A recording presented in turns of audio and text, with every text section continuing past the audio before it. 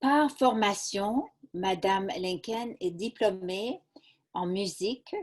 Elle a une maîtrise en ethnomusicologie africaine de l'Université d'Abidjan à Côte d'Ivoire, où elle a vécu pour plusieurs années.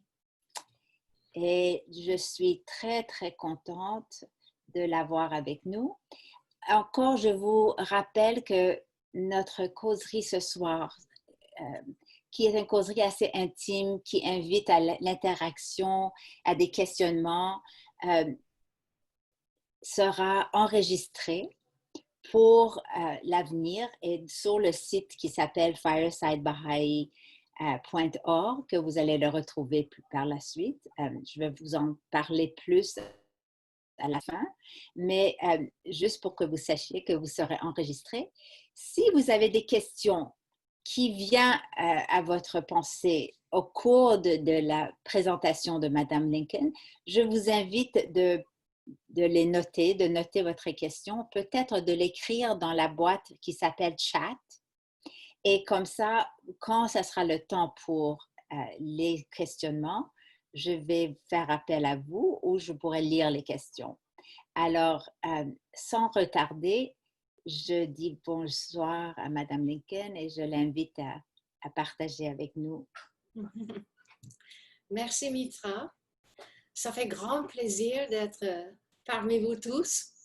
Et je vois qu'il y a beaucoup d'amis qui sont ici sur l'écran. Alors, un grand bonjour à tout le monde. Quel miracle d'être tous ensemble comme ça. Et j'ai voulu dire tout à fait au début que beaucoup d'autres sont plus qualifiés que moi de parler sur ce sujet. Vous avez un grand nombre jusqu'au Canada, des gens qui ont passé pas mal de temps en tant que pionniers, surtout du Québec, des dizaines et dizaines d'années d'expérience. C'est quelque chose à beaucoup apprécier et il faut qu'on soit fiers de tout ça, si ça fait partie de l'histoire de notre pays. Alors, je pense que quand même, je vais faire un effort pour parler un peu de ce sujet. Et cette petite causerie est composée de 5 différentes questions, comme vous avez vu dans la publicité, et réponses concernant le sujet être pionnier, une aventure d'amour et de transformation. Alors, je vais aller tout de suite sur le sujet. Numéro 1.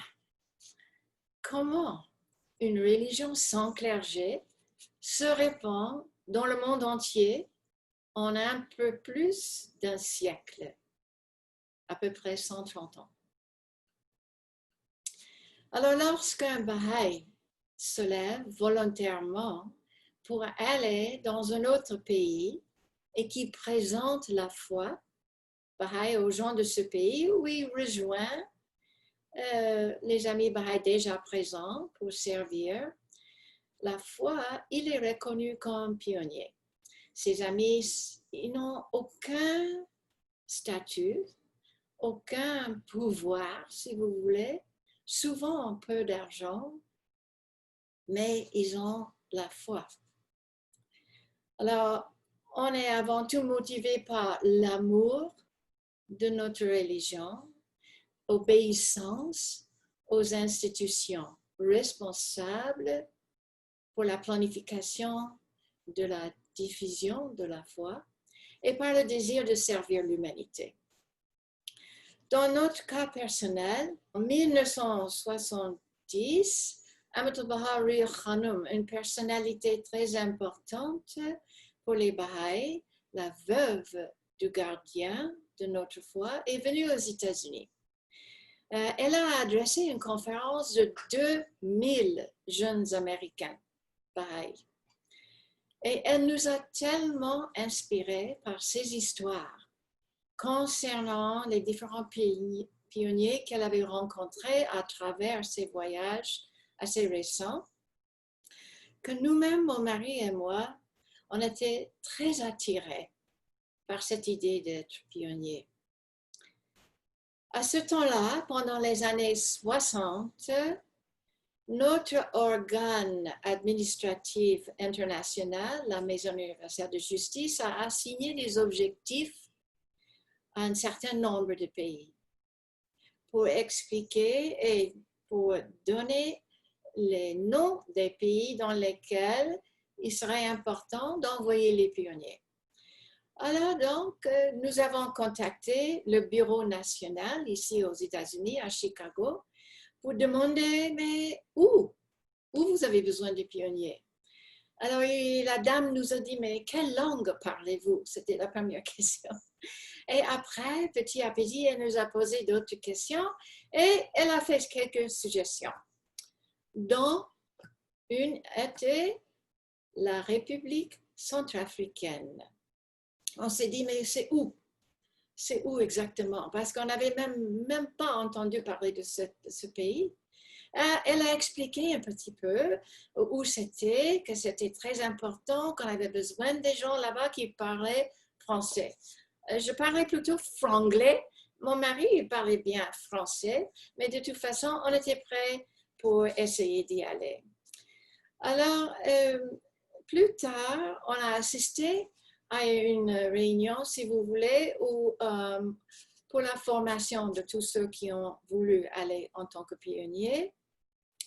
Et c'était dans une école Baha'i à Michigan.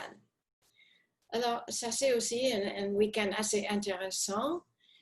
Moi, je n'étais pas du tout sûre qu'aller en Afrique, c'était la meilleure chose. Je pensais peut-être une île aux Caraïbes serait un peu plus facile et plus proche et plus peut-être jolie, je ne sais pas. Mais nous avons rencontré un monsieur là-bas dans cette réunion ce week-end qui s'appelait Monsieur Sabri. Alors, Monsieur Sabri, quand on lui avait dit que quelqu'un nous a suggéré d'aller en République centrafricaine, il a dit « Bangui ». Il a dit, c'est là où vous devez aller. Bangui, c'est merveilleux, c'est comme la Suisse, il a dit. Il y a presque une petite montagne au milieu de la ville. Alors, franchement, je n'ai jamais trouvé quand on est arrivé là-bas que c'était vraiment comme la Suisse. Mais quand même, il était très gentil, il était très franc. Il nous a aidé à comprendre un peu de quoi il s'agirait si jamais on allait là-bas. Historiquement parlant, Abdu'l-Baha a révélé ce qu'on appelle des tablettes de plan divin. C'est 14 lettres adressées aux Baha'is des États-Unis et du Canada, leur demandant de diffuser la foi dans le monde entier. C'est juste pour nous donner un peu de background, parce que beaucoup de gens demandent, mais comment votre foi là, sans clergé, vous arrivez à couvrir le monde et tout ça? Alors, tout cela est assez fascinant parce que depuis les années 30, les individus se levaient, principalement d'Iran, de l'Europe, des États-Unis, d'Amérique du Nord, Canada et des États-Unis, pour s'installer dans un autre pays. Alors, il me semble que même nous qui sommes les Baha'is, on ne saisit pas toujours la signification profonde de ce processus tellement simple que nous avons été intimement impliqués là-dedans depuis ces dernières 10 années, étape après étape, au cours d'à peu près 80 années. l'exécution systématique du plan divin. Alors, plus tard, entre 53 et 63, beaucoup d'entre vous, vous allez connaître que le gardien de la foi, le petit-fils d'Abdu'l-Baha, il a mis en place quelque chose qui s'appelait la croisade de 10 ans. Ça, c'était pour essayer d'implanter la foi, au moins un bail dans chaque pays du monde. Alors, ainsi, les vagues des gens se sont succédées, une après l'autre, à chaque chapitre de notre histoire. Et c'est comment notre foi s'est répandue dans le monde entier par les individus ordinaires qui se sont levés pour remplir les différents objectifs. Au début, ils allaient surtout, principalement, ouvrir les pays, enseigner la foi à un petit nombre de personnes, progressivement à établir les assemblées spirituelles locales, la base de notre ordre administratif, parce qu'on n'a pas ce clergé. Alors, dans chaque ville ou village, on faisait des efforts d'élire aussi ces assemblées. Une fois qu'elle s'est répandue, à partir de l'année 60 à peu près, il a fallu encore 20 ans pour se concentrer sur l'élaboration de l'ordre administratif. C'est ainsi que dans les années 60 et 70, l'accent a été mis sur l'élection plutôt des assemblées nationales, une par pays. Alors, dès qu'il y avait au moins 3 assemblées locales, on pourrait avoir une assemblée nationale et le processus s'est poursuivi et évolué. Une des choses remarquables dans tout cela, c'est que la foi a réussi à se répandre sans absorber la culture de son pays d'origine. C'est-à-dire, on était allé là-bas, mais la foi, pareil, devenait la foi de ce pays-là. Ce n'est pas comme une petite religion iranienne ou américaine ou canadienne ou quelque chose. Alors, en conclusion, pour cette question, c'est tout simple. Il y a eu un développement progressif de la diffusion de la foi dans le monde entier, surtout par ces pionniers, suivi par la mise en place progressive de ces institutions. Passons aux questions numéro 2.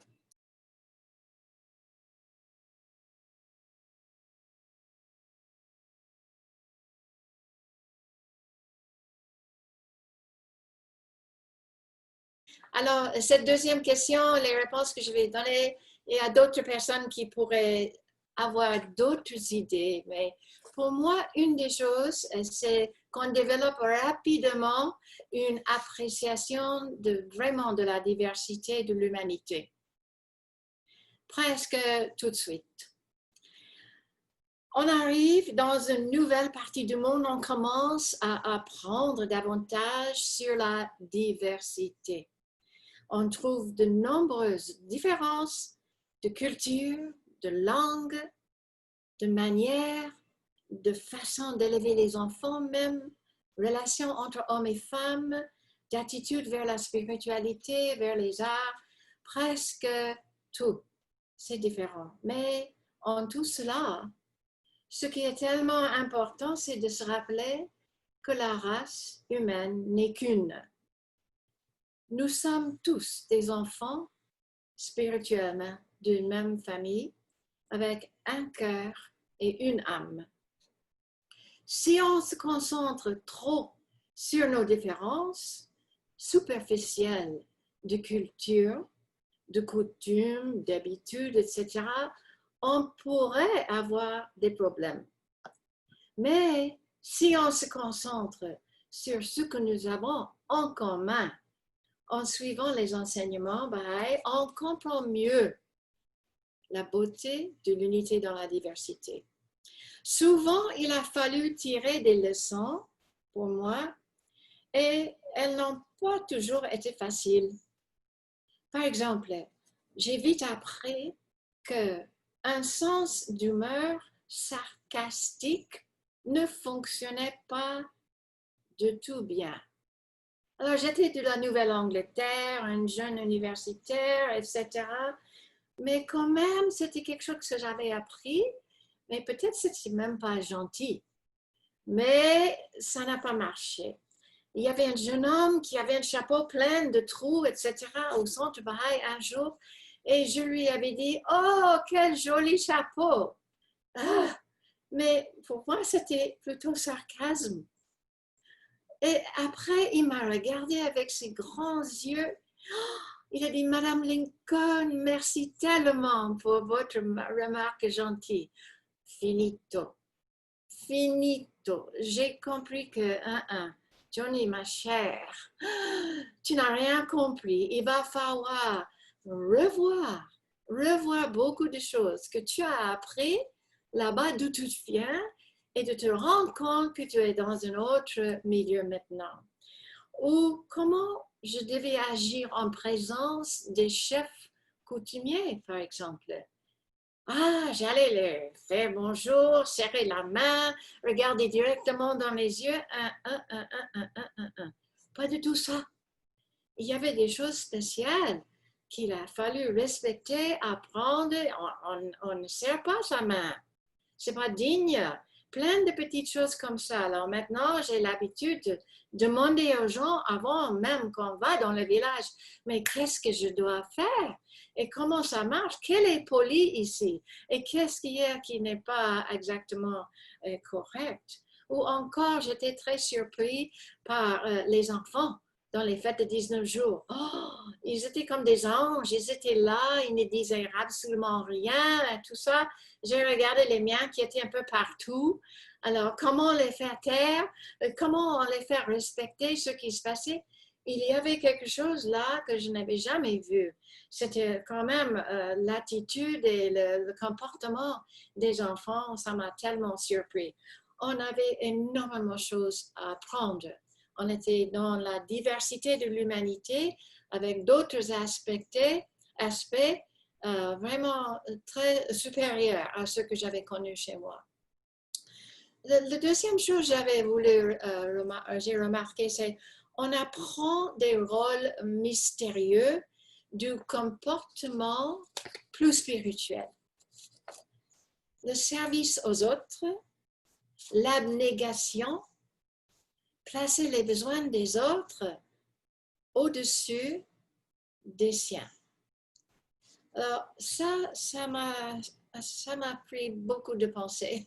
C'est pas du bon français, excusez-moi, je parle franglais. Mais si je fais beaucoup de fautes, Mitra va m'aider, n'est-ce pas, Mitra? Yes, she's going to help me.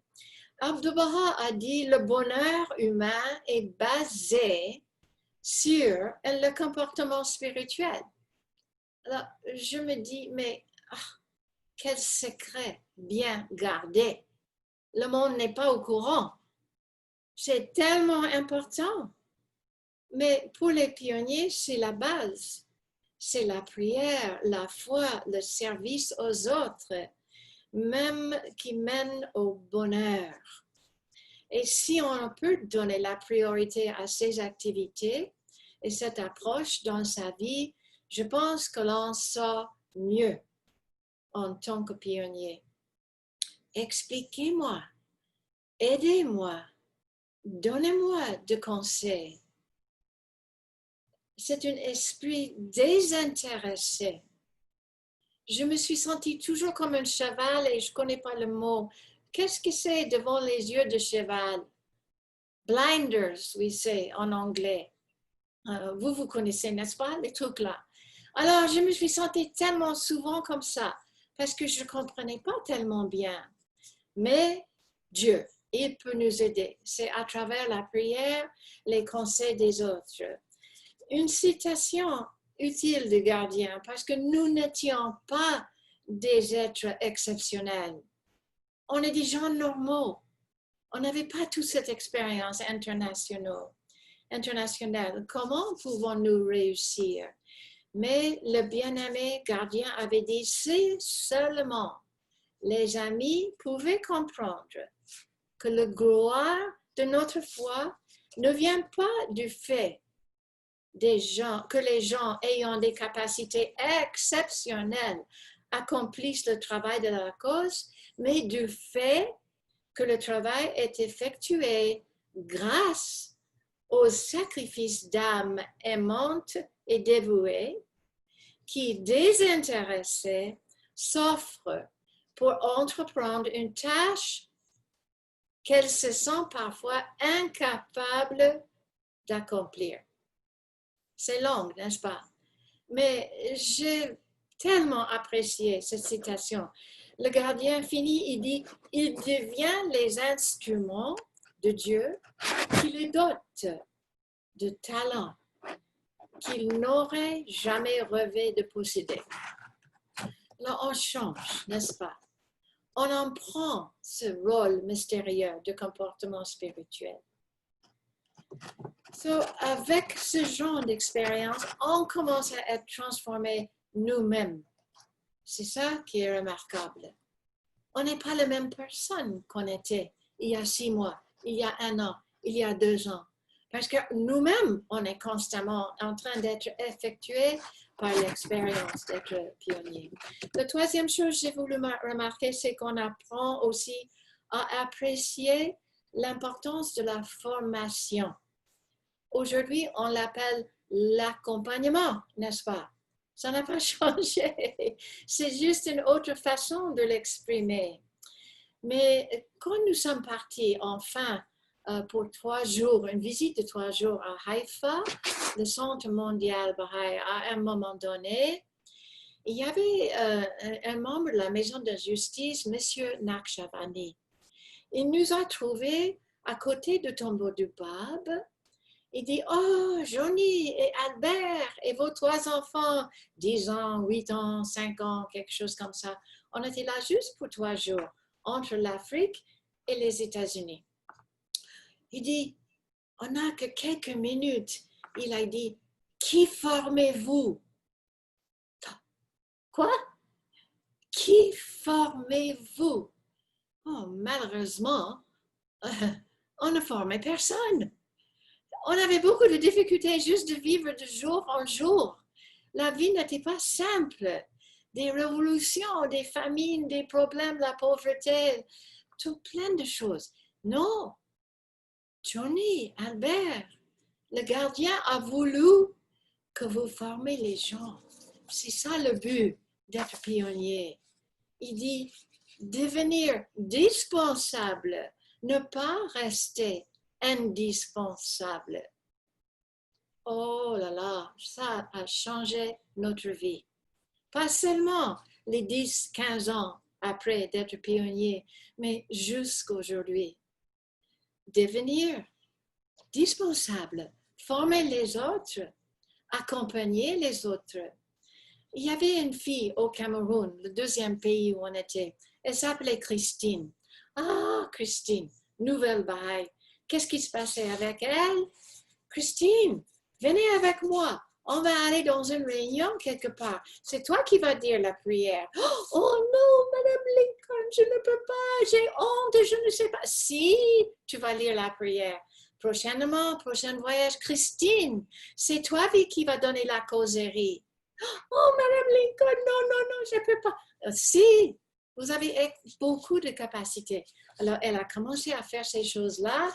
Après, un jour, plus tard, 15 ans plus tard, et il y a le conseiller de Cameroun qui me dit, Johnny, Christine est maintenant membre de corps auxiliaire. Elle a 30 assistants à travers le pays. Elle voyage sans cesse. Elle est remarquable. Alors, vous voyez la potentialité. Comment? C'est tellement plus facile des fois à dire, oh, moi, je peux le faire plus vite. C'est mieux si je le fais moi-même, c'est plus vite et peut-être je le fais mieux. Mais ce n'est pas ça, ce n'est pas le but. Alors, ça, c'était la 3e chose. Je passe vite. Accompagnement, aujourd'hui, on dit ça, n'est-ce pas? Il nous faut monter le nombre de ressources. Ça n'a pas changé. Il nous faut plus de travailleurs tout le temps. OK. Le quatrième petit point, apprendre la persévérance et la patience. Tellement utile aujourd'hui aussi. Parfois, les progrès semblent lents et irréguliers. Parfois, on est découragé. 2 pas en avant, 1 en arrière. J'ai écrit une chanson à ce sujet. Une chanson de 13 minutes, très longue. Ça s'appelle Pionnier. Et là-dedans, j'arrive à la deuxième partie. Première partie, c'est brillant, excitation, arriver là-bas, etc., etc. Deuxième partie, il y a un refrain qui dit What are we doing here? Qu'est-ce qu'on fait ici, n'est-ce pas? Et ça a toute une partie qui dit Way down here in the heart of Africa. Vous l'entendez? Non, ça ne marche pas. Musique ne marche pas. Dommage. Mais cette idée, mais qu'est-ce que nous faisons ici? Mais petit à petit, l'oiseau fait son nid. Et les prières, les citations ont tant aidé. Telle est votre foi, telles seront vos bénédictions et vos pouvoirs. Ce sont les petites citations comme ça qui nous ont tellement aidés. Que celui qui doute se lève et vérifie lui-même la vérité de telles affirmations. Essayez, persévérer, c'est assurer la victoire finale et complète. On a mémorisé ces citations parce que c'était tout pour nous. Nous ne devons pas seulement être patients avec les autres, infiniment patients, mais aussi avec nous-mêmes. Nous rappelons que même les prophètes de Dieu étaient parfois fatigués et criaient au désespoir.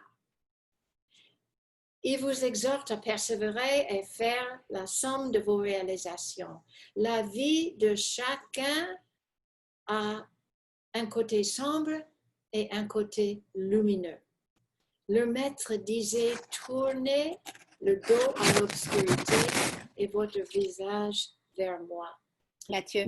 Excusez-moi, je suis pas sûr, mais Madame Lincoln, peut-être avez-vous des papiers trop proches de votre micro. Et quand vous dites des citations, que vous regardez vos notes et que vous bougez un peu les papiers, c'est peut-être ça qu'on entend. Oui, bien sûr, peut-être ça. Et je ne sais même pas où est mon micro, mes amis. Excusez-moi. Et presque l'ordinateur. C'est à l'ordinateur, donc nous ne savons pas. OK, je vais essayer de ne pas toucher les papiers, n'est-ce pas? Oui. Et d'obéir et lever la main s'il y a un problème. Merci Okay. beaucoup, madame. On apprend comment un système sans clergé, basé sur la spiritualité, se met en place.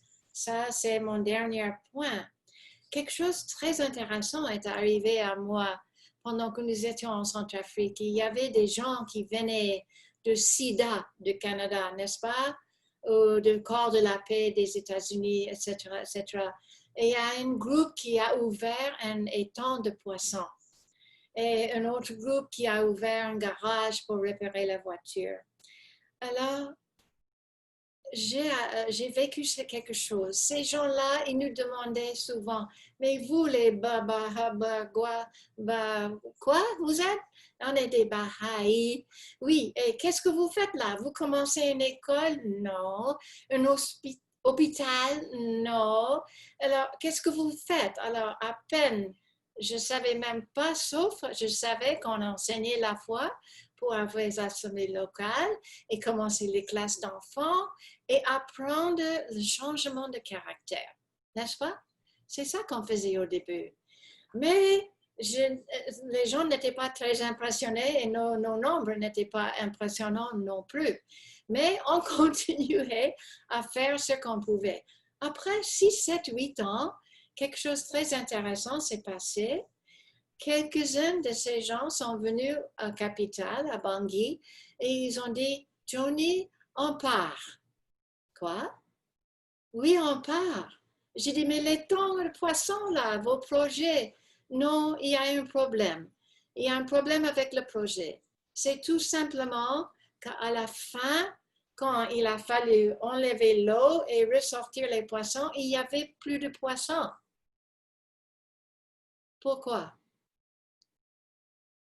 Malheureusement, il paraît que les gens sont venus la nuit pour tirer leurs poissons. Alors moi-même, si je n'étais pas Baha'i et ma famille avait faim et tout ça, probablement j'aurais été aussi là-bas pour retirer ma poisson, avoir mon part. Les gens eux-mêmes, ils n'étaient pas responsables pour ce projet. L'argent est venu de l'extérieur et tout ça et tout ça. Alors la même chose est arrivée avec les gens qui ont fait le garage au nord, à Bossangoa. Bizarre, mais petit à petit, après ils sont venus à Bangui, la capitale, ils ont dit, Johnny, on va partir. Quoi? Mais vous avez des fonds. Nous, on n'avait pas beaucoup de fonds. Et vous avez ceci, vous avez cela. Oui, mais malheureusement, petit à petit, les outils ont disparu du garage, les gens n'avaient pas confiance, le projet n'a pas marché. Oh, j'ai beaucoup pensé et j'ai commencé à apprécier l'approche Baha'i. L'approche Baha'i concernant la transformation de caractère qui devait venir avant.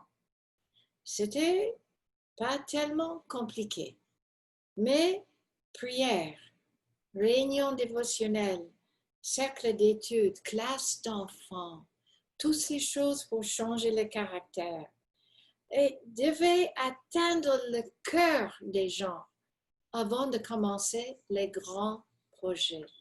C'est ça qui était différent. La fiabilité, avoir confiance, savoir comment utiliser de l'argent, une acquiescence radieuse, n'est-ce pas? Des qualités spirituelles. Comment faire disparaître les préjugés qui étaient entre les différentes tribus, les clans et tout ça. Comment apprendre à travailler ensemble pour avoir les projets efficaces. Développer cette appréciation de la diversité et construire à partir de la base. Alors, je n'avais pas compris, ce n'était pas tellement évident, mais après des années, j'ai commencé à comprendre. Ça, c'est plutôt les qualités spirituelles, une éducation de transformation. Mais en plus comment on dit ça? Des capacités, skills, consultation. Il a fallu apprendre la consultation. Compétences en matière de consultation, comment gérer le moi insistant, l'égoïsme, comment travailler en groupe composé des personnes d'origine différentes, développer cette appréciation de la diversité. Tout ça, c'était aussi tellement important. Et quelques années après, qu'est-ce qui se passe quand nous sommes en Côte d'Ivoire? Les Baha'is qui sont venus de Libéria en Côte d'Ivoire à cause de la guerre civile en Libéria, ils ont décidé eux-mêmes de construire les étangs de poissons. Mais ils ont amené leurs assemblées locales avec eux de Libéria jusqu'en Côte d'Ivoire. Et avec les assemblées locales et toute l'organisation et l'éducation Baha'i, eux-mêmes, ils ont construit les étangs de poissons pour nourrir toute une centaine de Baha'is qui sont venus de l'autre côté de la frontière. Ils sont venus à Abidjan pour nous demander deux choses. Des sacs de 50 kilos de riz et, how do you say, shovel, pour creuser les trous, n'est-ce pas? Une pelle! Quel miracle! Une pelle. Alors, avec ces deux choses, on les a données, ils sont partis et ils ont fait tous ces projets eux-mêmes. Quelle différence! Mais ça m'a appris quelque chose de tellement important concernant ce processus de transformation qui est radical et révolutionnaire, tellement simple. Mais le monde a désespérément besoin de ça aujourd'hui. C'est plus lent, mais c'est plus sûr. Alors, on travaille sur une période de 5 ans à 10 ans et après ça, heureusement, on commence à voir des changements. Bon, maintenant, je vais sur quelques derniers points. Excusez-moi, j'espère que vous êtes, je ne vois pas que vous dormez et j'espère que vous êtes patient avec moi. C'est un sujet qui, franchement, est très intéressant pour réviser. Alors, si des jeunes personnes, comme nous l'étions quand on est parti, on part en tant que pionnier dans une région, qu'est-ce qu'on peut penser à trouver quelques décennies après, même si on a quitté le pays? Alors, ça, c'est tellement intéressant. Récemment, j'avais téléphoné à plusieurs amis qui sont aujourd'hui en Centrafrique pour avoir plutôt les renseignements de ce qui se passe. On arrivait là-bas, il n'y avait que 3 assemblées locales, à peine 100 amis Baha'i. Ah, quoi faire? On a commencé, on a fait ce que M. Naqshbandi a fait et on a tout fait, on a essayé. Mais aujourd'hui, il paraît qu'ils ont à peu près dans les 60 groupements.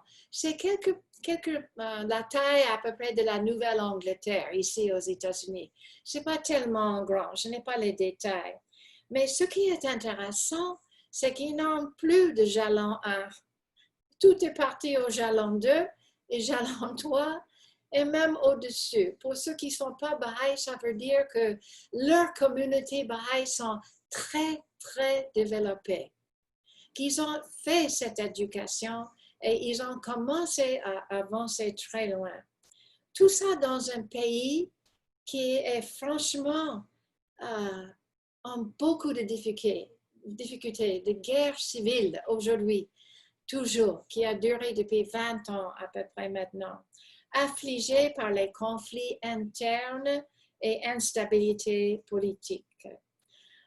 Ils ont établi ce qu'ils appellent les écoles communautaires eux-mêmes. Ils ont à peu près 48 de ces écoles communautaires à travers les pays, dans les endroits qui sont rebelles et toujours, et aussi dans les autres qui sont plus libres. Les écoles sont opérées par les parents. Eux-mêmes gèrent ça. Et maintenant, le gouvernement n'a plus d'écoles dans la plupart de ces régions. C'est extraordinaire. Mais les Baha'is, avec leur processus, leur éducation, les attributs et tout ça qu'on vient de discuter, c'est eux qui sont presque responsables pour le système d'éducation dans le pays. Si vous avez ce livre, Betterment of the World, vous pouvez voir beaucoup d'articles là-dedans sur le Centrafrique et ce qu'ils font. J'ai voulu dire aussi qu'ils ont un accent sur l'éducation des filles et ils formaient les enseignants par le livre 1 à 7. C'est extraordinaire. Je crois que je dois me dépêcher. Alors, c'est là où il y a l'histoire d'amour. Parce que si vous travaillez ensemble pendant 10 ans, 20 ans, 30 ans, maintenant, je ne peux pas résister. Je fais des coups de téléphone directement dans le pays. Je veux savoir qu'est-ce qui se passe, qu'est-ce qu'ils sont en train de faire maintenant. C'est une histoire d'amour, une relation d'amour qui s'établit pour la vie. A-t-on toujours besoin des pionniers aujourd'hui? Bon, il y avait une lettre de notre Centre mondial Baha'i en 2016 qui a dit aux Baha'i de Canada et des États-Unis, merci beaucoup pour tout ce que vous avez fait pour aller comme pionnier dans ces différents pays. Alors, on a lu ça, mais si vous lisez plus loin, il dit les tâches auxquelles vous êtes confrontés ne sont pas identiques à celles d'un âge antérieur. La diffusion internationale de la foi étant largement achevée, les demandes qui vous sont adressées sont maintenant plus présentes sur le front intérieur. Et on parle d'un processus solide de construction de communauté maintenant qui se passe ici sur le front intérieur. Alors, je pensais beaucoup avec mon mari parce que des fois quand on a voyagé, ils ont dit, mais restez ici avec nous.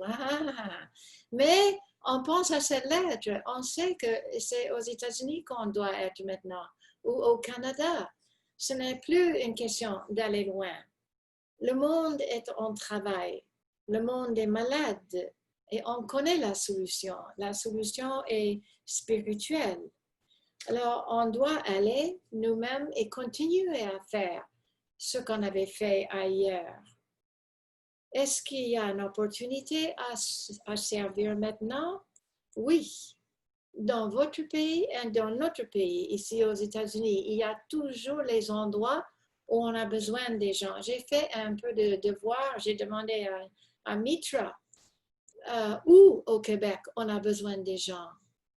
Et elle m'a dit, Bas-Saint-Laurent, Abitibi, Gaspé-Île de la Madeleine, Côte-Nord.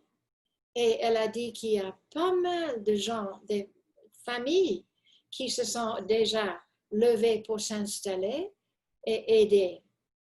Mais il y a des jeunes aussi qui se sont levés et qui sont éparés dans les quartiers de Montréal et de Québec-Ville. Alors, bravo.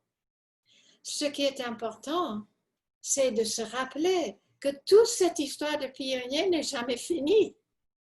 C'est parti depuis le niveau international de un peu pareil en chaque pays pour avoir après les assemblées locales, après avoir les Baha'is eux-mêmes, après beaucoup d'assemblées nationales et construire des communautés. Mais maintenant, c'est ici aux États-Unis et au Canada aussi, on a besoin de se lancer dans ces différents besoins. Et Baha'u'llah lui-même a dit, saisis ta chance, car elle ne t'arrivera plus. Et le gardien avait dit, le temps est venu pour les amis de réfléchir non pas à la manière dont ils doivent servir la cause, mais à la manière dont la cause doit être servie. Ça, c'est très profond.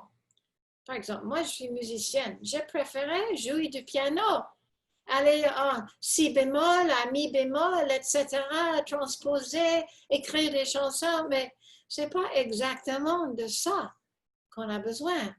Il paraît que moi, je peux faire ça dans mon temps à côté, mais il faut continuer à servir d'après ce que dit le Centre mondial Baha'i. Je pense qu'il y a des choses qui vont nous dissuader de pionniers aussi. Des fois, les gens ils se gênent à cause de mon job.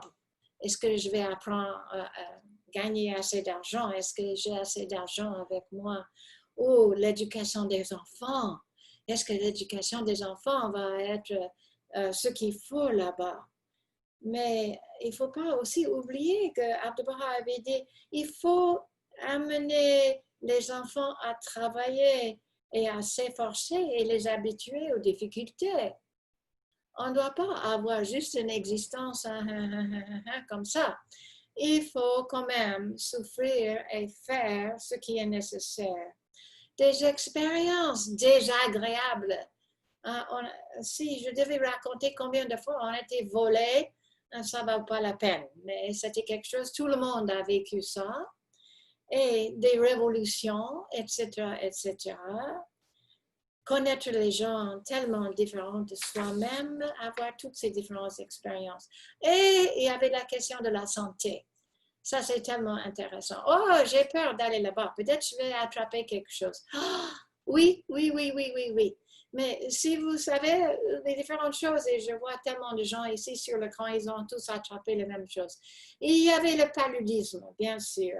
Il y avait la bilharzia, il y avait la fièvre de dengue, il y avait le river blindness, je sais citer de rivière, il y avait les bronchites asthmatiques, il y avait ceci, il y avait cela, mais on avait eu tellement de maladies que maintenant, il ne veut pas de notre sang. Maintenant, on le garde pour nous-mêmes. C'est l'avantage, n'est-ce pas? Mais on a aussi développé, si vous voulez, une certaine résistance. Il ne faut pas avoir peur de n'importe quoi. Parce que Baha'u'llah est là, il va aider les pionniers. OK, la souffrance fait partie intégrante de la vie d'un pionnier. Ça, c'est très clair. Maintenant, je touche à la fin ici. Je suis fatiguée d'entendre parler des gens qui disent « Oh, vous les Baha'is, vous êtes des gens si gentils et vous buvez du thé et vous avez des idées spirituelles, etc., etc. » Ah, vous avez de bonnes idées, mais franchement, vous rêvez un peu, n'est-ce pas? C'est difficile à réaliser ça dans ce monde d'aujourd'hui. Oui, ok, d'accord. J'entends beaucoup de ça, mais franchement, peut-être même nous, si on peut comprendre tout ce système que nous avons pour établir une foi mondiale sans clergé, nous pouvons mieux discuter avec nos amis qui sont pas Baha'i. Par exemple, il y a une vieille ordre mondiale qui est en train de s'effondrer. Ça devient de plus en plus évident. Et qu'est-ce qui va le remplacer?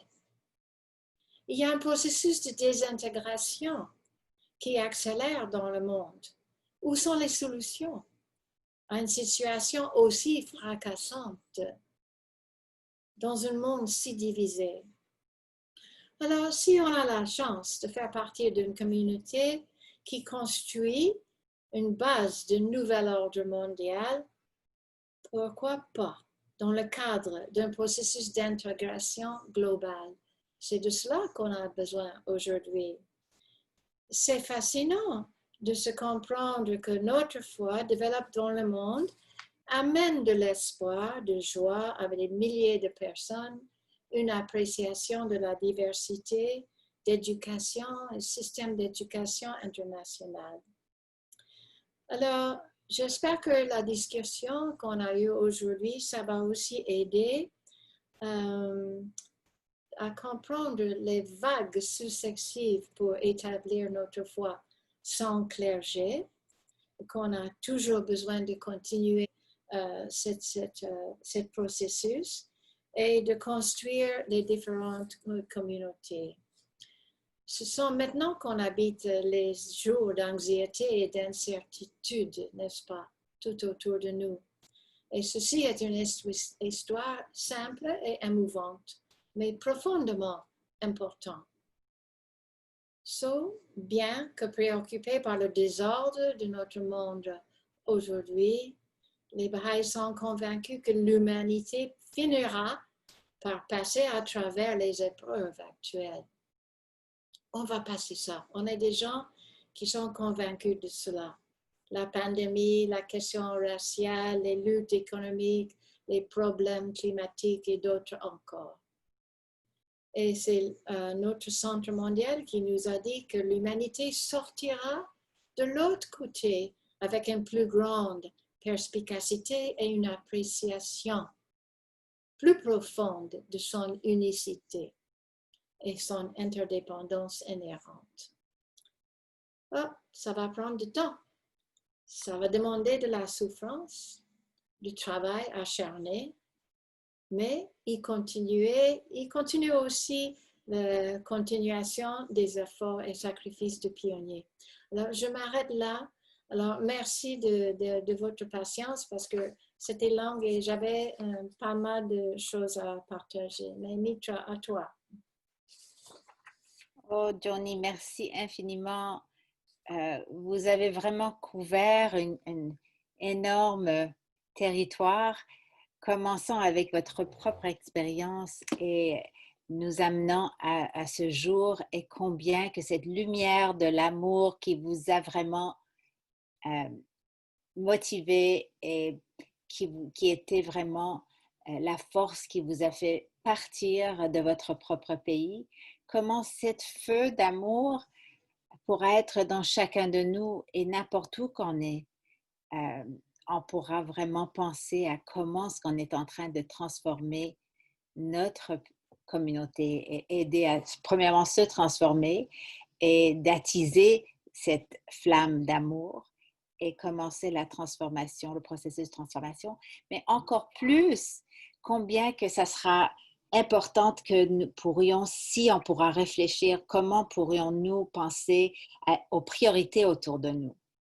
Et comme vous avez dit, maintenant, les priorités semblent être que ce n'est plus maintenant le temps de nécessairement d'aller s'éparpiller un peu partout parce que déjà, la mission de cette foi est tellement établie chez les peuples indigènes de chaque pays que maintenant, c'est à nous de penser un peu plus profondément et d'être plus pénétrative dans notre pensée. Comment est-ce qu'on peut pénétrer plus profondément dans les sociétés autour de nous qu'on connaît, comme la société québécoise, qu'on fait partie, et dans les groupements où on a vraiment encore un énorme besoin parce qu'il y a peu de nombre de personnes, et comment penser à nos situations.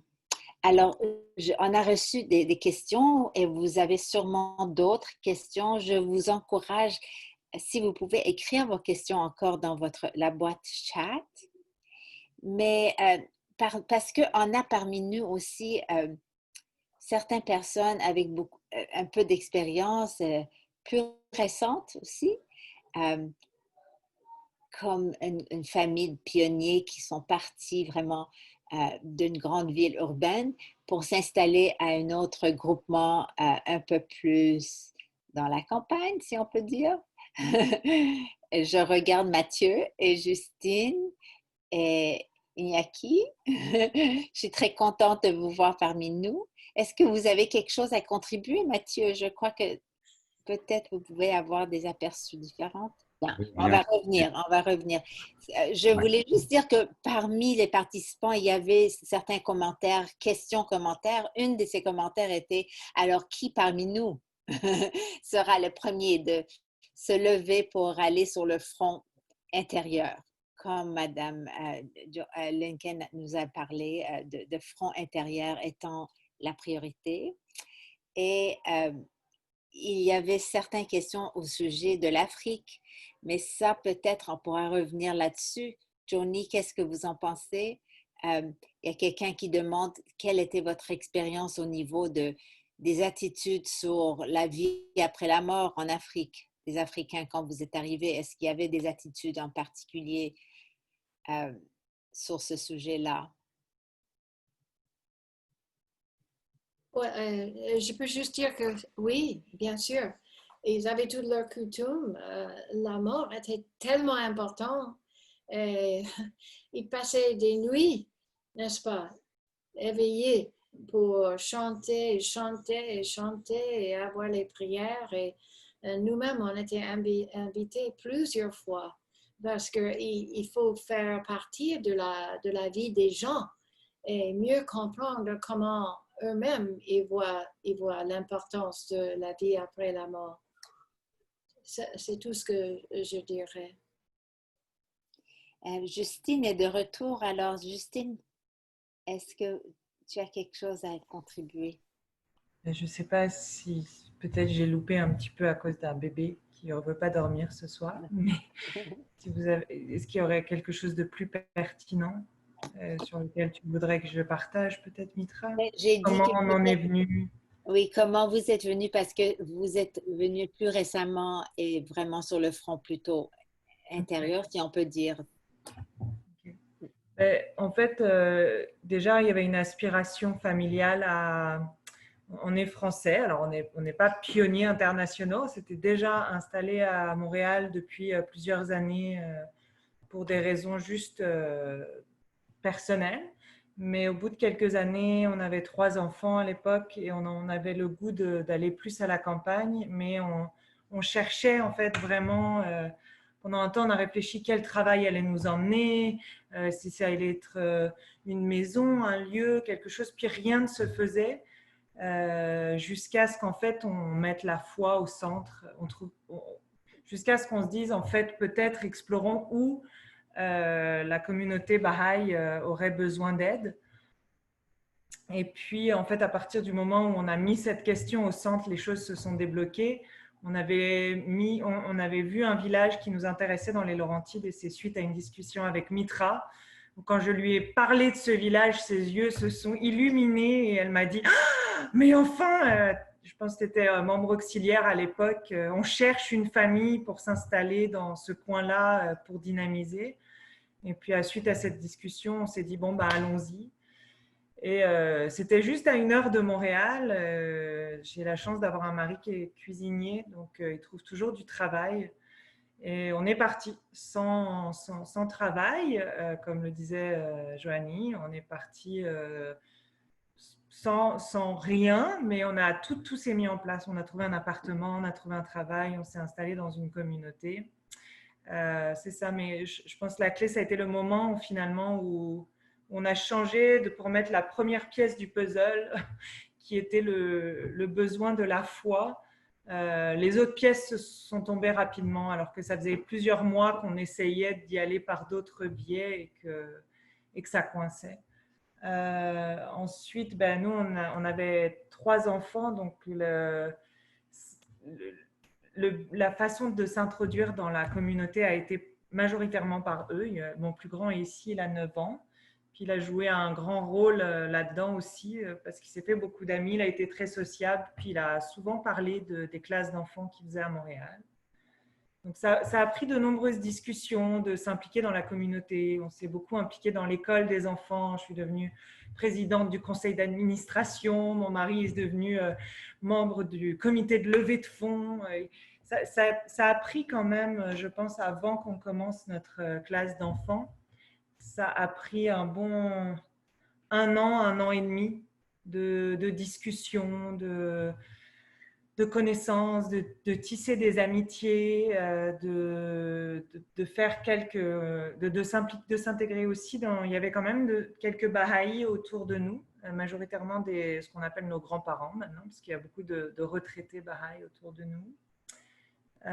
Et puis, doucement mais sûrement, on a commencé par des jours saints auxquels on a invité nos amis. On a commencé par amener des cadeaux pour Ayamira, toutes les petites choses qui mettaient en avant en fait notre foi. Et puis, est-ce que tu veux que je continue ou pas dans les détails ou... Vas-y, tu voulais dire quoi? Iñaki, dis-nous, qu'est-ce que tu as à dire au niveau d'être maintenant, que tu as expérimenté déjà le fait que tu étais à Montréal, puis maintenant tu es à Val-David. Comme Christine de Cameroun, tu es capable, mon chéri.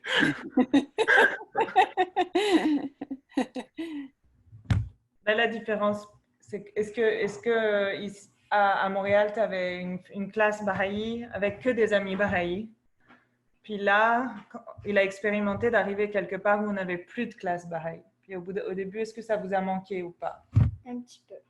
Donc, qu'est-ce qu'il a fallu faire pour pouvoir redémarrer une classe? Plein de choses. Il a fallu faire plein de choses, mais on a invité ses amis, puis à chaque fois, c'était plus simple que ce soit moi qui explique tout. Ça allait bien plus vite, mais c'était bien moins efficace. Et je me suis rendu compte que Iñaki avait plein d'idées sur comment expliquer à ses amis ce qu'on faisait en famille ou les fêtes. Qu'est-ce que c'était la naissance de Baha'u'llah, qui était Baha'u'llah. Puis il est devenu un vrai protagoniste de ça. Il a su l'expliquer. Et puis doucement, à force de discussion avec des voisins, d'essayer d'élever les conversations. Je pense que dans un des documents qu'on a étudiés récemment, en tout cas à travers des conférences sur Zoom, où il parlait d'un couple qui je ne sais plus leur nom, Mitra, tu vas m'aider, un couple qui s'installe dans un endroit puis qui commence à essayer d'avoir des discussions avec les parents pour savoir quelles sont les questions que vous avez, quelles sont les problématiques que vous portez. On a eu ce genre de discussion avec des parents et puis rapidement, on en arrivait aux besoins de solutions spirituelles et des parents se sont retrouvés. Et aujourd'hui, on avait une classe Baha'i avec quand même une vingtaine d'enfants Tout le monde ne venait pas tout le temps avec des classes, des âges différents, mais au total, environ une vingtaine d'enfants, une trentaine avec les parents de personnes qui étaient intéressés dans le processus. Tout ça s'est arrêté avec la Covid, mais on a décidé de se rencontrer entre parents en ce moment, en fait. Juste avec quelques parents protagonistes pour que eux en fait, on se forme, on discute entre nous pour pouvoir ensuite ramener ça chez nous et continuer à accompagner nos enfants jusqu'à ce qu'on puisse recommencer les classes. Et il y a deux amis particulièrement qui se sont levés en ce moment pour pouvoir être plus protagonistes de la classe. Parce que nous, on avait le souhait d'aller voir nos familles quelque temps en France qui n'ont pas pu venir à cause de la situation, qui n'ont pas rencontré notre bébé. On a un 4e enfant maintenant. Et du coup, la question s'est posée, mais on ne peut pas partir, il y a la classe. Qu'est-ce qu'on va faire de la classe si on s'en va quelques mois pour revenir, mais quelques mois où on ne pouvait pas laisser ça. Mais finalement, ça a été une opportunité de former, d'avoir des discussions bien plus profondes avec les parents qui étaient déjà impliqués dans cette classe qui dure depuis 1 an. Et je commence un livret 3. On a eu des discussions qui s'apparentaient au livret 1 pendant quelques semaines. Et puis là, vendredi, on va être 4 à étudier le livret 3 ensemble afin de structurer les classes, que je puisse passer la main sur l'animation des classes. Il y a une Baha'i de notre coin qui va accompagner aussi ces mamans qui étaient déjà là en soutien et qui va continuer pendant le temps où juste je vais voir ma maman. Et puis, Merci, Justine. C'est tellement encourageant. je voulais juste que je dise quelque chose. Pardon, il y a 3 personnes dans le waiting room, non? Ah. Je ne sais pas. Non, ils sont tout de suite, ils sont là. Ok. Iñaki voulait me dire que voulait vous dire que ce qui avait été touchant, c'est que ici l'école a repris. À Montréal, ça n'a pas repris avant la fin de l'année, mais ici l'école a réouvert en mai. Et il y a un des enfants de la classe qui est venu me voir à la fin de l'école et qui m'a dit bon, ben, maintenant que l'école a repris, les classes Baha'i aussi vont reprendre. Il n'a pas dit Baha'i, mais il a dit les classes d'enfants aussi, ça va reprendre. Et on a trouvé que c'était beau que ce soit approprié ça, puis que les enfants, en fait, finalement, avec cette coupure, ont ressenti le manque. Et finalement, cette coupure, la coupure de la Covid a fait, je pense, que tous les parents sont revenus vers moi pour dire on ne peut pas laisser ça partir, il faut que ça recommence. Comment est-ce qu'on peut faire, Justine, pour que ça reprenne? Tu as eu un bébé, comment est-ce qu'on peut te soutenir? On veut que ça reprenne. Donc ça a vraiment été pour nous un beau cadeau. Voilà.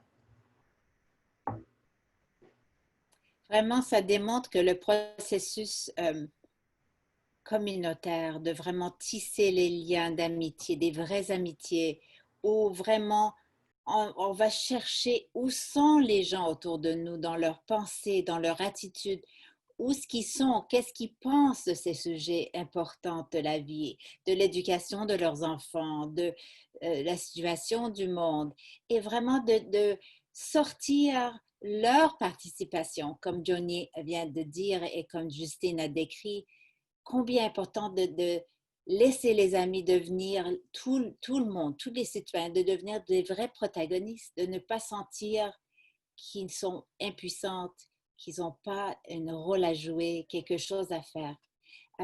Johnny, il y a une autre question qui est ressortie et peut-être je pensais que vous pouvez l'adresser un peu. Parce qu'on a parmi nous plusieurs personnes qui sont allées comme pionniers depuis longtemps ailleurs dans le monde. Et une des questions, c'est qu'est-ce que vous avez à dire aux pionniers qui ont vécu presque toute leur vie à leur poste de pionnier et qui sentent que peut-être ils n'ont pas accompli beaucoup. Qu'est-ce que vous avez à dire à eux autres? Je ne peux pas croire qu'ils n'ont pas accompli beaucoup. C'est pas possible. Peut-être c'est pas évident. C'est ça le problème. On n'a pas toujours la chance de voir les résultats instantanément. Mais les résultats sont là. C'est pour ça que le gardien avait dit de persévérer, de persévérer. La citation que j'ai lue, c'est de gagner la victoire. Ce n'est pas vraiment de voir absolument les résultats. J'ai beaucoup de chance et les autres qui sont ici de Centrafrique, on a beaucoup de chance parce que ça, c'est un pays qui envoie les fruits. Mais je sais que ce n'est pas la même chose pour tous les pays. Mais il faut continuer. Chapeau pour tout le monde qui est toujours là et qui continue. C'est ça qu'il faut faire. Il n'y a pas de fin. Une fois arrivé là-bas de l'autre côté, peut-être on va voir ce qui se passe. Mais Et est-ce que ce n'est pas vrai que peut-être notre pensée, notre conscience est assez limitée et que peut-être notre service, n'importe où que c'est, est en train de nourrir un processus qui est beaucoup plus grand que nous, que ça sera peut-être l'avancement ailleurs. Cet sacrifice, c'est seulement entre nous et notre Créateur. Personne ne peut le savoir, qu'est-ce que ça va nourrir exactement. Mais peut-être ce n'est pas les buts que nous avons envisagés. si, absolument. Est-ce que je peux peut-être sur ce point partager que nous, dans les Laurentides, dans notre village de Val-David, il y a José Cardinal, une amie Baha'i que vous êtes nombreux à connaître, qui habitait ici il y a 20 ans. Il y a monsieur Gadérian, qui pendant des années est venu à Sainte-Agathe pour des conférences, qui faisait des prières. Moi, j'ai l'impression que justement tous les fruits qu'on récupère aujourd'hui sont en fait les fruits des graines plantées il y a des années. C'était pas dans les Laurentides, mais c'était dans la Naudière, juste à côté, que M. Roberts et sa famille ont été pionniers. Donc, tout ce qui se passe aujourd'hui, moi, j'ai l'impression qu'on travaille sur un terrain fertile, mais parce qu'il a été labouré depuis des années par des choses qui peuvent sembler invisibles. Mais José, plein de personnes dans notre entourage, elle avait fait tellement de travail déjà, de tisser du lien auprès des gens, que aussi c'était facile pour nous de continuer là-dessus, puis de placer de comment on se connaissait, de pourquoi on était liés, la foi Baha'i, des choses comme ça.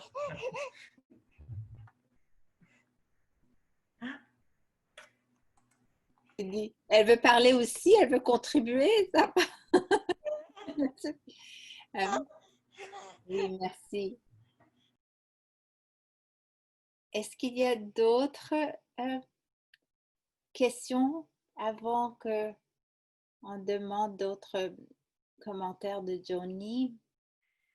J'aimerais citer Abdu'l-Baha.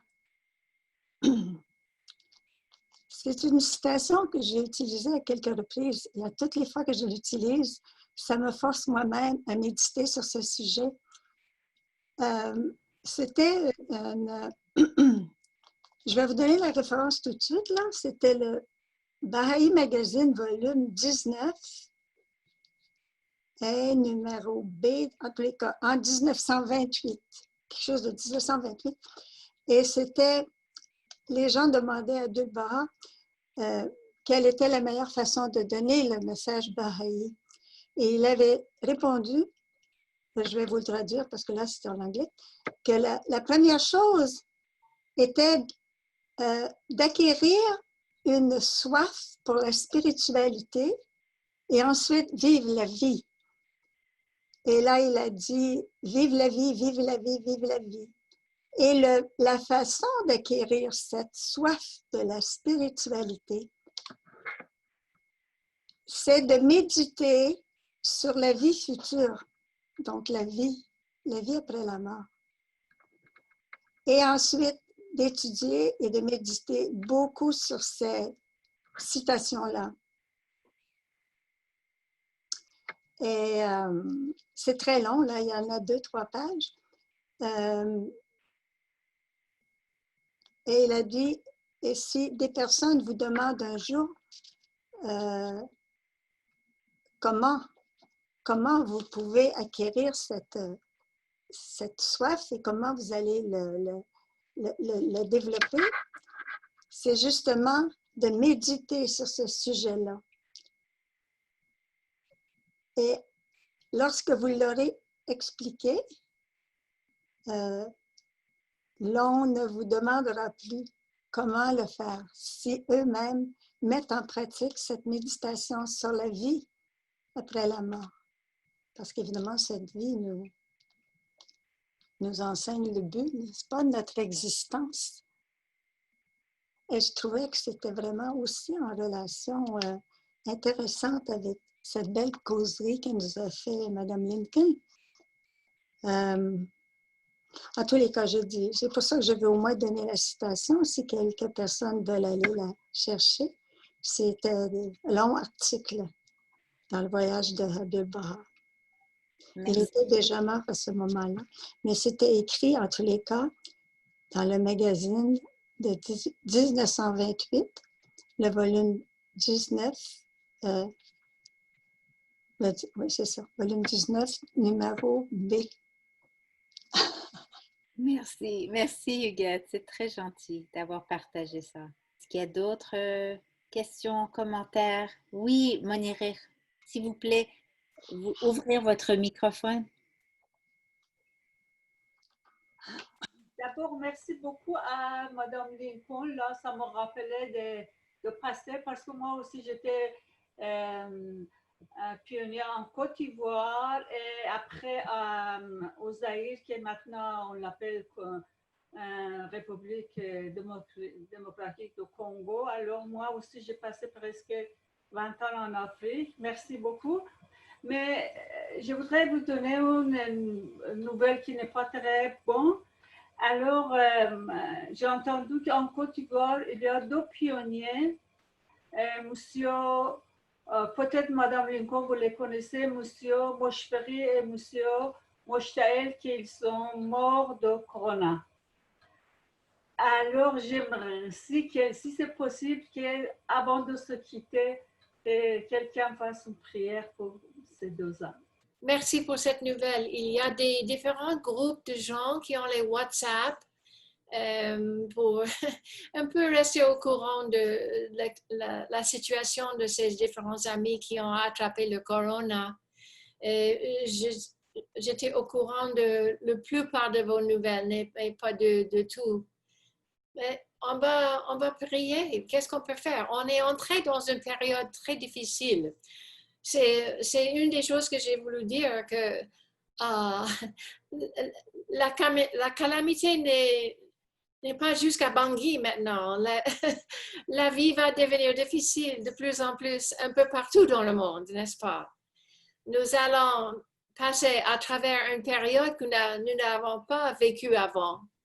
Et nous qui avons eu l'habitude de faire face aux difficultés assez sérieuses, c'est vraiment un avantage pour nous maintenant, parce que je pense qu'on est un peu mieux formés dans la souffrance, la persévérance, différentes qualités. Mais les 3 dernières lettres de la Maison universelle de justice, il y avait le 21 mars, il y avait le avril et il y avait le 9 mai, n'est-ce pas? Ces lettres sont pleines des attributs dont le monde Baha'i a besoin maintenant. Et si on fait des études très proches de ces lettres, je crois que c'est ça qui va nous aider, parce que pas seulement on donne les attributs qu'il nous faut pour traverser cette période, mais donne les suggestions de type ou genre d'activité qu'il nous faut. C'est toujours en obéissance à notre centre mondial que nous allons avoir une meilleure possibilité de bien vivre ces périodes pas tellement faciles. J'ai les qualités en anglais, mais j'ai fait même une chanson, parce que c'est toujours ça que je fais. J'ai fait une chanson avec ces différents assurance, stamina, staunch, spirits, fortitude, determination, ça continue. Alors, j'ai fait un genre de chanson. Je pense quand je me lève le matin maintenant, j'essaie de répéter ces qualités qu'il nous faut pour traverser cette période. Et pour ces pionniers qui pensent toujours qu'ils n'ont pas fait grand-chose, c'est Dieu qui connaît ce qu'on avait fait. C'est son plan. Et certainement, on va comprendre après, peut-être dans le prochain monde, les étapes qu'on a pu traverser. J'ai lu récemment l'histoire d'une dame qui était quelque part en Amérique du Sud, tellement découragée parce que tous ses efforts ont amené à rien. Et après, à la fin de sa vie, elle a vu une photo du centre-ville, une fontaine où elle avait l'habitude de s'asseoir et dire les prières avec des larmes parce que personne n'est devenu Baha'i. Et la photo de la communauté Baha'i, une centaine de personnes, a été prise à cette même fontaine. Vous comprenez? Alors, ça montrait que même, elle avait fait sa part en son époque, mais les résultats visibles sont venus beaucoup plus après.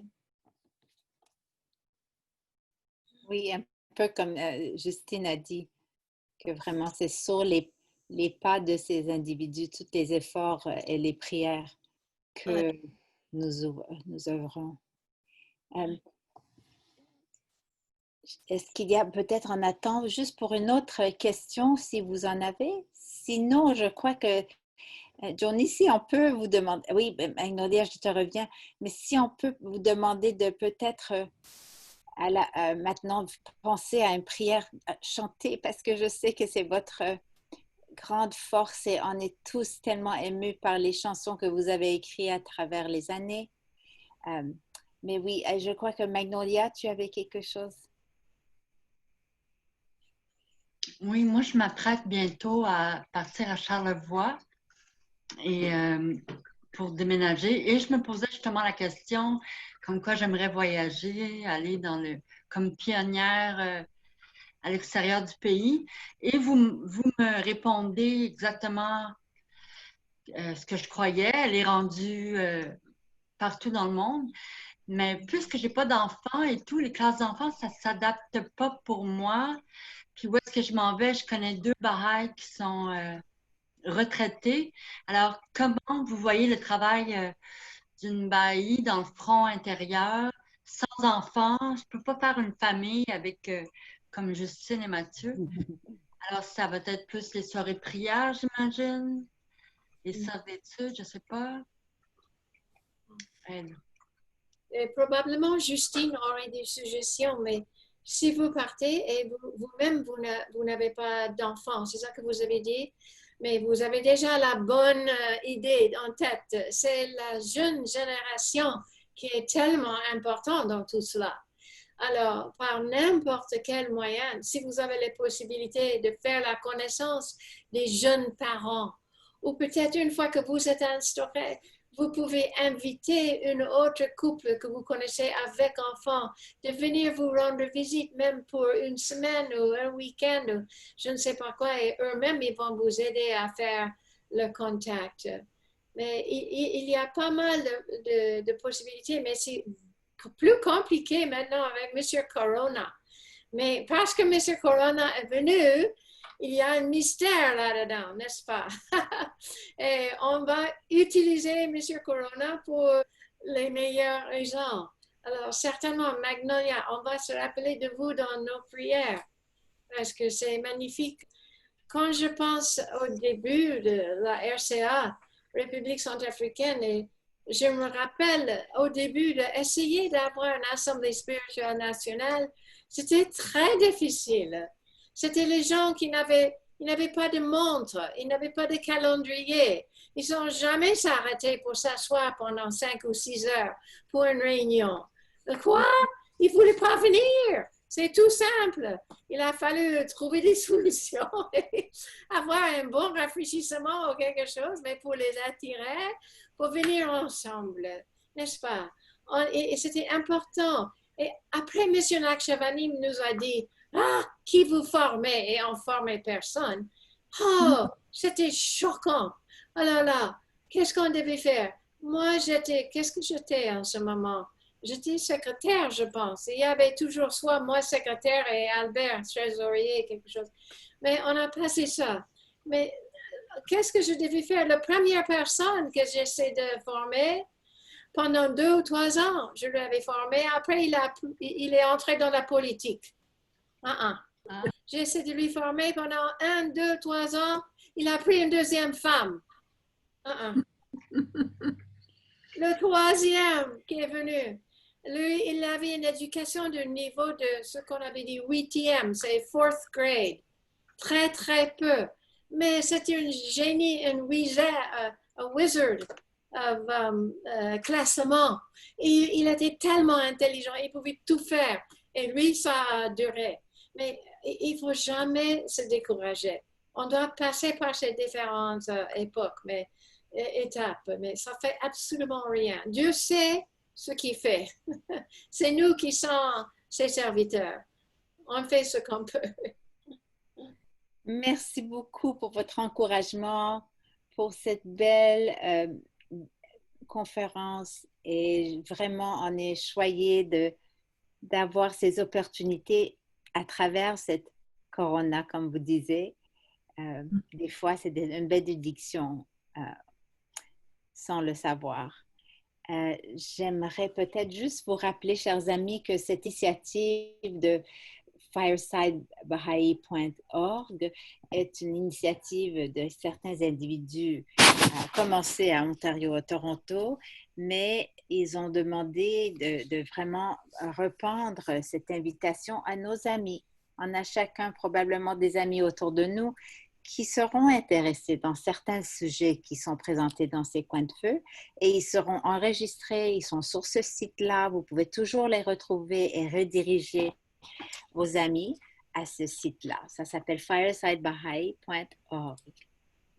Alors, mes amis, je crois qu'on est d'une foi en demandant, cher Johnny, si vous pouvez partager une prière ou une chanson avec nous pour finir la soirée. Et en pensant aux amis qui ont décédé. Ça. Mitra, les chansons ne marchent pas très bien. Nissan? I have a prayer for departed. Nissan, tu veux lire quelque chose? No, please say the prayer. S'il vous plaît. Dis, oh mon Dieu, tu m'as confié ce gage venant de toi. Et maintenant, par ta volonté, te l'as rappelé à toi. Ce n'est pas à moi, qui ne suis que ta servante, de dire d'où vient ceci et pourquoi. Car tu es sanctifié dans tous tes actes et tu dois être obéi dans tes décrets. Ô mon Seigneur, ta servante a placé ses espoirs en ta grâce et en ta bonté. Accorde-lui ce qui la reprochera de toi et ce qui lui sera salutaire en chacun de tes mondes. Tu es le clément, le Dieu de toute bonté. Il n'y a pas d'autre Dieu que toi, l'ordinateur suprême, l'ancien des jours. Juste avant de partir, Mitra, est-ce que je peux simplement dire un grand bonjour et un gros bisou à tous les gens que je vois sur l'écran? On ne peut parler à vous tous, mais franchement, quelle expérience de vous voir. Ça, c'est vraiment un don. Ça, c'est une des choses de Monsieur Corona.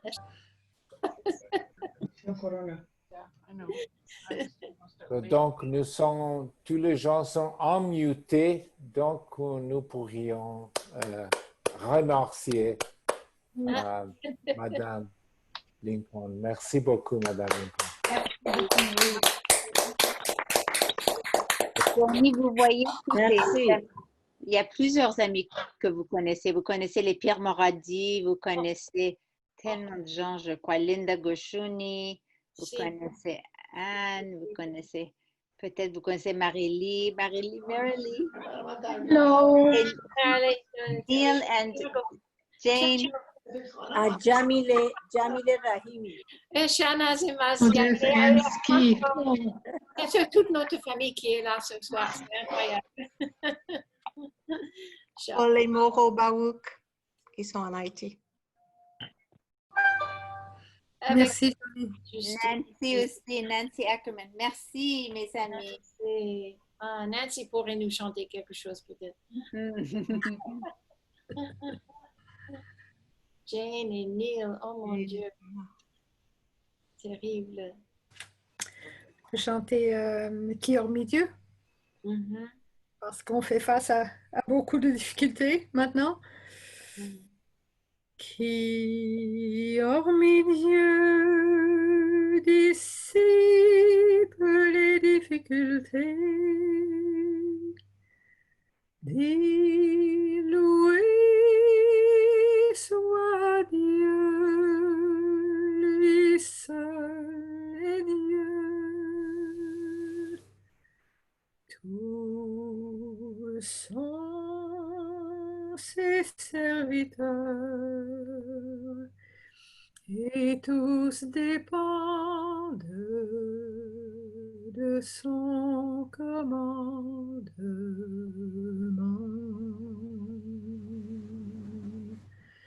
Qui hormis Dieu dissipe les difficultés, il loué soit Dieu, lui seul est Dieu. Tous sont ses serviteurs et tous dépendent de son commandement.